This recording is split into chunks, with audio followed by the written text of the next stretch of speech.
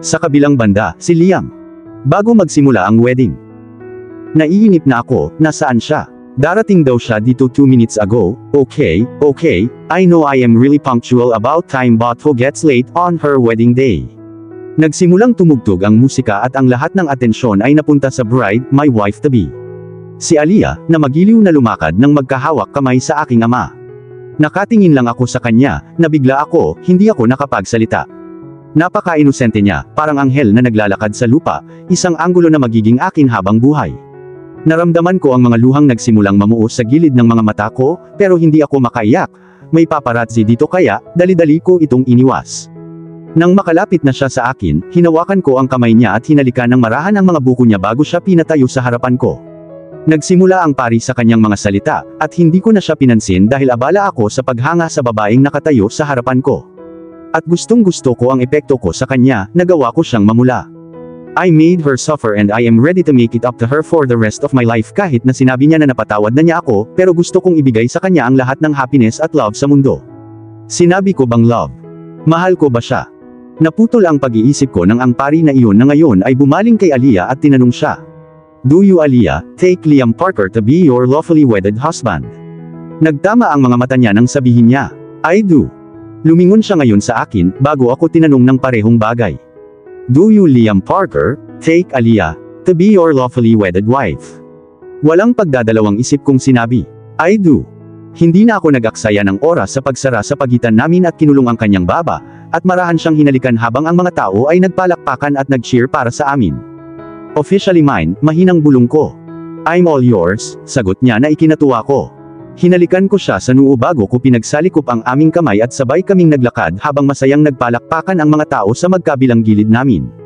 Nagkaroon kami ng photoshoot session, kaya sinundan namin ang mga photographer sa isang malaking puno na pinalamutian ng maganda, at isang bench ang nasa ilalim nito. Umupo ako sa bench kasama si Aliyah na nakaupo sa kandungan ko habang nakapose kami para sa mga pictures. Nagpakuha pa kami ng litrato kasama si Angela sa aming mga bisig at iyon ang pinakamagandang larawan. Literal na umabot ng 1 oras ang photoshoot at pagod na akong ngumiti, seryoso ako. Ang reception ay sa parehong araw, sa isang bulwagan na katabi ng garden. Nakaupo na ang bisita doon, at sabay kaming pumasok ni Aliyah, magkahawak kamay. Makalipas ang kalahating oras, pagod na akong batiin ang lahat ng mga bisita. Bakit hindi sila lahat magsabi ng, congratulations to you both, on a mic, tapos minsan lang kami magpasalamat pero hindi, lahat dapat magkahiwalay na pumunta at batiin kami. Nagsimula ng tumugtog ang musika at pumunta ang mga couples sa dance floor.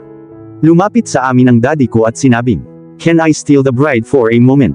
Tumango ako at nakangiting inilagay ni Aliyah ang kanyang kamay sa kanya bago iginiya siya ng aking ama patungo sa floor. I went my way to the bar and sitting on the stool, I ordered a drink while I watched her dance with my dad.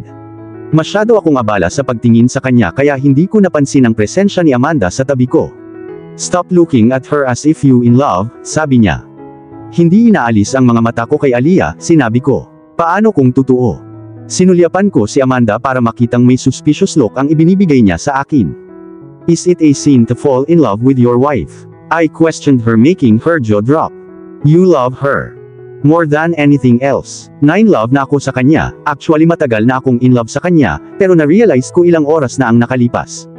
At ngayon asawa ko na siya, ano pa ba ang gusto ko? Then listen to me Liam, if you break her heart then I will definitely break that pretty face of yours.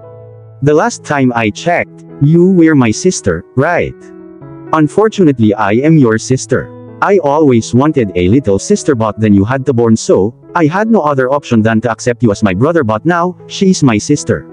I have accepted her as my sister and to be honest, mas mahal ko siya kaysa sayo kaya mag-ingat ka. Tumawa ako ng mahina bago sinabi. Bakit ko naman siya sasaktan Amanda? Mahal ko siya at handa akong isakripisyo ang buhay ko para sa kanya. I was busy talking with Amanda na hindi ko napansin na si Aliyah ay hindi na pala kasama si dad kundi kasama na ang asshole na yun, si James. At talagang tumatawa siya kasama niya. Kung hindi sana siya nagpumilit na imbitahin siya ay hindi ko na sana. Kinuha siya ng bastard na yun para makipag-date at ngayon ay nakikipagsayaw siya sa kanya at hindi ako tatayo dito at panoorin iyon.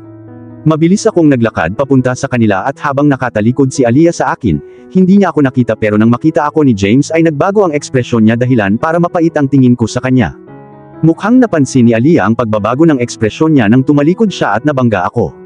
Hinawakan ko siya sa kanyang mga pulso at habang patuloy pa rin ako sa pagpapadala ng mga patalim kay James, sinabi ko. May utang ka sa akin, Aliyah. Nakuha ni James ang signal ko nang mabilis siyang tumalikod at umalis. What's wrong with you? Nakahalukip-kap na tanong ni Aliyah. My wife was paying more attention to that asshole rather than on her husband. Inilibot niya ang kanyang mga mata sa sobrang galit. Ngayon, inabot ko ang kamay ko sa kanya na kusa niyang tinanggap at pinulupot ko ang isa ko pang braso sa bewang niya ng mapangalagaan. Ngayon ang floor ay nakakakuha ng atensyon kaysa sa akin muli. She lifted her head and our eyes met as she said, demanding ka talaga Liam. Salamat darling. So Mrs. Parker, sabi ko ulit, are you enjoying the evening? It's beautiful, salamat Liam, everything is just perfect. Everything had to be perfect, it was Liam Parker's wedding. Alam mo, ayaw ko sa mga taong mayabang. Masanay ka na, darling, don't worry. And stop making such a weird face or else people will think that there is some trouble in the paradise. Pinaikot-ikot ko siya bago muling hinawakan sa bewang at ipinatong ang noo ko sa kanya habang umiindayog kami. Nagsayaw pa kami ng ilang minuto bago natapos ang music, at naghiwalay na kami at lumayo sa dance floor.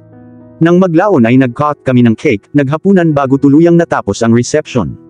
Isang kotse ang naghihintay sa amin sa labas at pinagbuksan ko siya ng pinto sa backseat at nang makapasok siya, umupo ako sa tabi niya bago pinaandar ng driver ang makina at pinaandar ito. Kasama ni Angela ang mga magulang ko dahil pinilit nilang mag-isa kami kahit 1,000 beses kong sinabi sa kanila na walang problema si Angela. Pagdating sa bahay ko, tinulungan ko si Aliyah na bumaba ng sasakyan habang nakatayo siya doon habang hinahangaan ang bahay ko. You like it? Tanong ko sa kanya. Oo naman Liam, nakakaloka. I bought it recently, a month back. Halika na, magugustuhan mo rin from the inside. Pinulupot ko ang braso ko sa balikat niya bago siya iginiya papasok. At dahil sa sobrang pagod naming dalawa, kaya inantala ko ang paglilibot sa bahay hanggang bukas. Dinala ko siya sa itaas at ipinakita sa kanya, ang kanyang kwarto. At maya-maya pinakita ko rin sa kanya ang kwarto ko na nasa tabi niya. May hiwalay ba akong kwarto? Tanong niya. Oo darling, para komportable ka dito. Ayokong pilitin siyang makisalo sa kwarto, kaya binigyan ko siya ng separate room. Pagkatapos naming mag-good night sa isa't isa ay naghiwalay na kami ng landas. At sa sobrang pagod ko, nakatulog ako ng mahimbing. Kinaumagahan, may narinig akong nagkakagulo sa labas habang naliligo ako. Kaya, mabilis na sinuot ang aking mga damit lumabas ako upang makita ang aking mga katulong na tumatakbo sa paligid ng aking silid, nag-iimpake ng aking mga damit. Hindi ko sila pinansin pumunta ako sa kwarto ni Aliyah para tignan ang parehong nangyayari doon habang wala siya. Dali-dali akong bumaba at nakita ko ang mga magulang ko kasama si Aliyah na nakaupo sa dining table. Anong nangyayari dito? Tanong ko sa kanila at lahat ng mata ay napalingon sa akin. Oh, so gising ka na, sabi ni Mommy, we are sending you both on a honeymoon. Honeymoon. Sa kabilang banda, si Aliyah. Mom please wake up. Mahinang boses ang patuloy na nagsasalita habang medyo niyugyug ako. Bahagya kong iminulat ang aking mga mata nang makita ang isang babaeng mas matanda sa akin na may inosente at nakakatakot na mukha na nakatayo doon. Ma'am Senior Mr. and Mrs. Parker are waiting for you downstairs, please freshen up, sabi niya sa akin. Buong-buo kong iminulat ang aking mga mata, nasaan ako? Oh, wait, I am married, right? Okay, naiintindihan ko. Bahay ito ni Liam pero bakit nandito si Mommy? I mean of course pwede siyang pumunta pero, para makita ako. Dahan-dahan akong bumangon habang nakayuko ang ulo ng babaeng iyon. Anong pangalan mo? Tanong ko sa kanya. Abigail, Mrs. Parker, mahina niyang sabi. Come on, huwag mo akong tawaging ganyan. Pwede mo akong tawaging Aliyah, hindi ako sanay na tinatawag ako ng ganyan. Pero, magagalit si Mr. Parker kapag tinawag kita sa pangalan mo, protesta niya. So, natatakot ka sa kanya. You know what? Unless and until I am here, I won't let him do anything. So, you are calling me Aliyah or else magagalit ako. As you say Aliyah, medyo yumuko siya bilang paggalang at tumango naman ako, bago pumasok sa banyo. Nang matapos akong mag-shower at mag-toothbrush, binuksan ko ang pinto at nakita ko ang maraming maid na tumatakbo sa kwarto na nag-iimpake ng mga damit kasama si Abigail. Abigail, tawag ko sa kanya at narinig niya akong lumapit agad siya sa akin. Ano ang lahat ng ito? Inutusan kami ni Mrs. Parker na mag-impake ng mga bag dahil malapit na kayong umalis ni Junior Mr. Parker. Aalis? Saan? I'm sorry pero hindi ko alam. Okay sige. Lumabas ako ng kwarto ko at napagdesisyonan kong tingnan si Liam, pero sa marahang pagkatok ko sa pinto niya at paakyat sa loob, nakita ko siyang mahimbing na natutulog kaya hindi ko na siya inistorbo at bumaba na. Nandoon sina mom and dad, nakaupo sa dining table at nag-uusap at nang makita nila ako, napatigil sila sa pag-uusap at ngumiti. Nagbatian kami pagkatapos ay sumama na ako sa kanila sa mesa. May pupuntahan ba tayo? Tanong ko sa kanila. Yes, you and Liam will going for your honeymoon, sagot ni mommy. Oh, honeymoon? Teka, ano? Honeymoon? Honeymoon? Halos sigaw ko na ikinagulat nila. Anong nakakagulat dyan? Tanong ni dad. Sorry, hindi ko sinasadyang sumigaw pero, honeymoon, I think we are fine without it. We can go there some other time, this time malumanay at mahinang sabi ko. No excuses, Aliyah, sabi ni mommy, na plano na namin ang lahat para sa inyong dalawa. Naghihintay na ang eroplano at aalis na sa loob ng ilang oras, kaya, maghanda ka na. Pero mommy, ayos lang kami kung wala ito, kaya namin. Hindi na ako nagsalita pa, dahil sinamaan ako ng tingin ni mommy, kaya itinikom ko ang bibig ko. Anong nangyayari dito? Biglang sabi ng isang boses mula sa likuran ko at lahat ng mata ay napalingon kay Liam.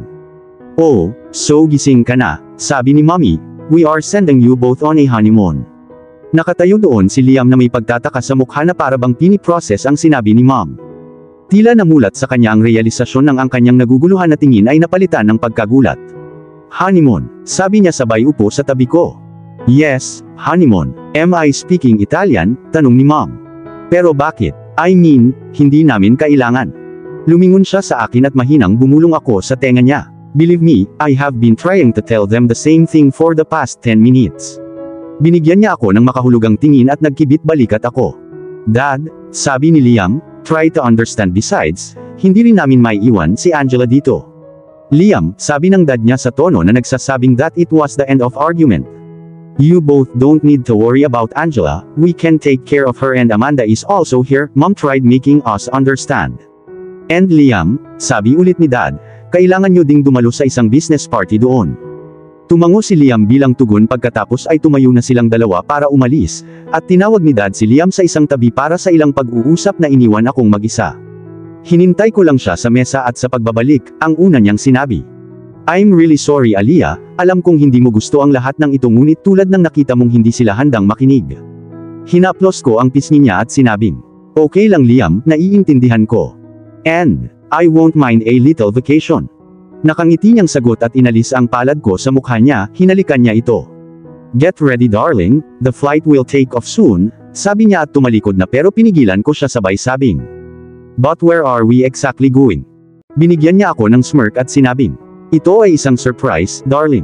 At umakyat na siya. I wonder kung saan kami pupunta.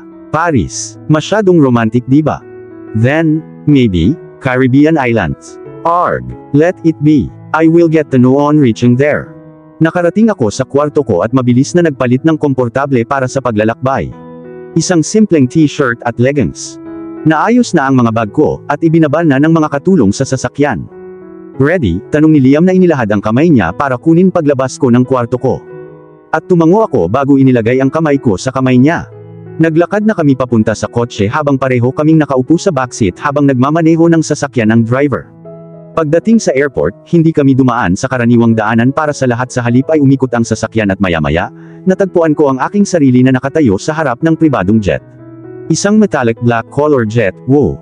Hinawakan ni Liam ang kamay ko bago ako iginiya patungo dito at nakakamangha ito mula sa loob, may dalawang pares ng upuan na magkatapat sa isa't isa na may isang mesa sa pagitan at isang maliit na bar at kahit isang nakakatakot na kwarto. May surprise pa sa iyo darling, bulong ni Liam sa tenga ko mula sa likod. Maya-maya, narinig namin ang announcement na malapit ng mag-alis, kaya umupo kami sa tabi ng isa't isa at isinukbit ang aming mga seatbelts.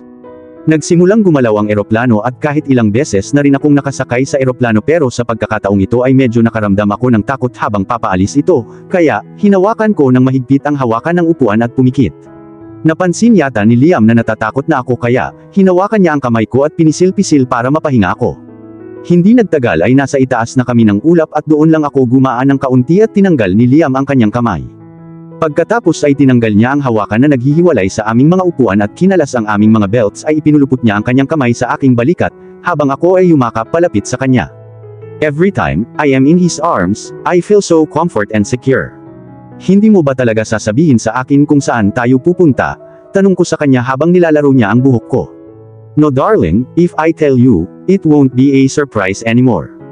Hindi ko na siya tinanong pa at tumahimik dahil inaantok na ako. Kung gusto mong matulog, sa kwarto ka matulog, mahinang sabi ni Liam. No, yumakap ako palapit sa kanya, ito ay mas komportable. Kahit nakapikit ang mga mata ko, ay ramdam ko ang pagngiti niya. Wake up darling, mahinang niyugyug ako ni Liam. We are about to land, sabi niya ulit na napaungol ako pero kalaunan iminulat ko ang mga mata ko, at umupo ng tuwid at ibinaba ang seatbelts ko. After 15 minutes we safely landed and believe me hindi man lang ako pinayagan ni Liam na sumilip sa bintana, para hindi ako magkaroon ng idea kung nasaan kami. Pagkatayo niya sa kinauupuan ay tinakpan niya ako ng kanyang kamay at iginiya patungo sa pinto. At pagkabukas nito ay bumulong siya sa aking tenga. Welcome to Maldives, darling. At dito na po, nagtatapos ang part 10 ng ating kwento. Sabay-sabay po nating abangan ang susunod na kabanata. Maraming salamat po. God bless and stay safe.